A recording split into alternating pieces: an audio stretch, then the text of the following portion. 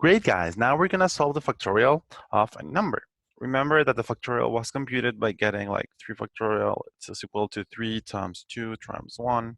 Or, I don't know, 5 factorial equals 5 plus 4 plus 3 plus 2 plus 1.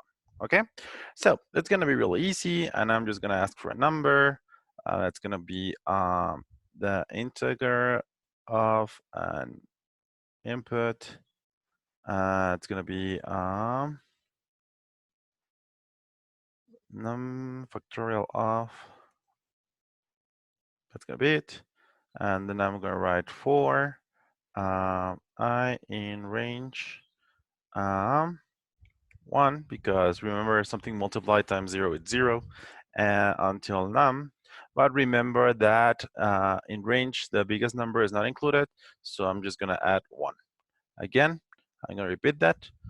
The upper limit is not included, so I just need to increase it 1 number so that it just the number that we want is included, right? So there, and I'm gonna write result,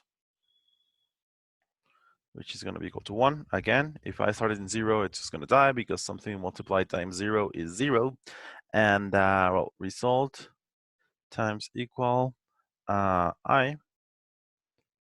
And now that's it, pretty much it. Okay, there's no like bigger problem than that. So I'm just gonna say text. I'm just gonna print it nicely. So I'm just gonna say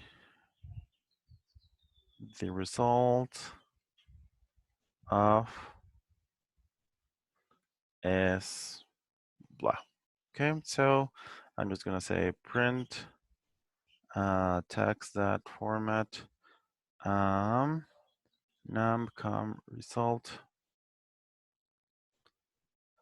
I don't know, factorial. I'm just gonna say 3.